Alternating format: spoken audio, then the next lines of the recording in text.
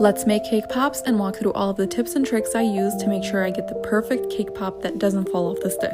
Start off with any cake recipe you want. This can be box cake, a homemade cake, whatever you want to use. I added in the amount of cake I wanted to use and gradually added in about 2 tablespoons of vanilla frosting into the mix. There are so many ways to make cake pop dough, but I have found that this is the best way to take control over the consistency of your dough. I usually start by only adding in about 1 to 2 tablespoons of the frosting, and then I work my way. After mixing for a few minutes, this is the cake pop consistency that you don't want. The cake is very crumbly, and most likely by the time you put the cake pop stick into the actual dough, it's gonna fall apart. So I added in a little bit more frosting, continued mixing, and then I checked the consistency again to see how the cake pop dough would roll. And at this point I noticed that the cake pop dough was holding really well together and those cracks were no longer present. At this point I grabbed a cookie tray and some parchment paper and I started rolling all of the cake pop dough. Start with the amount of dough you'd like and press your hands tightly together to release any of the air that's stuck in between the dough. Then gradually start to release some of the pressure between your hands and allow the cake pop dough to be formed into the shape you'd like. I went ahead and stopped here and placed the cake pop dough onto the parchment paper and continued rolling the rest of the cake pop dough. Once you're done rolling, you want to refrigerate the cake pop dough for about 15 minutes. Do not freeze the dough to speed up the cooling process because in the freezer, the cake pop dough will slightly shrink that when it's dipped in chocolate later on, it'll expand and cause the chocolate to crack. For this video, I'm using vanilla candy coating, which should be easily accessible at your local grocery store. The consistency of your chocolate makes the biggest difference. You don't want to use a thick chocolate that will weigh down the cake pop dough and allow it to fall off the stick. If you're using something like this candy coating or even almond bark, which is also easily accessible, you'll notice that the consistency is relatively runny, which is perfect. I'm using the same candy coating but with some blue gel food color. Now you want to grab your cake pop stick, dip it a little bit into the chocolate and press it directly into the cake pop ball about 3/4 of the way down. This is going to act as the glue between the cake pop stick and the cake pop dough and hold it perfectly together. After this step, you also want to refrigerate the cake pop dough for another 10 minutes just to completely solidify the chocolate between the stick. For dipping, I don't like to completely submerge my cake pop into the chocolate so it doesn't weigh it down and fall off the stick. I usually like to use a spoon to pick up a little bit of the chocolate and carry it over around the cake pop dough. Once the cake pop dough is all covered, I tap my wrist to allow any of the excess chocolate to completely fall over. Then I very gently run the cake pop across the side of a bowl and place it on the parchment paper to completely dry. Decorating is always the fun part. For these cake pops, I was just going with a little bit of drizzle of the same color chocolate and some sprinkles on top.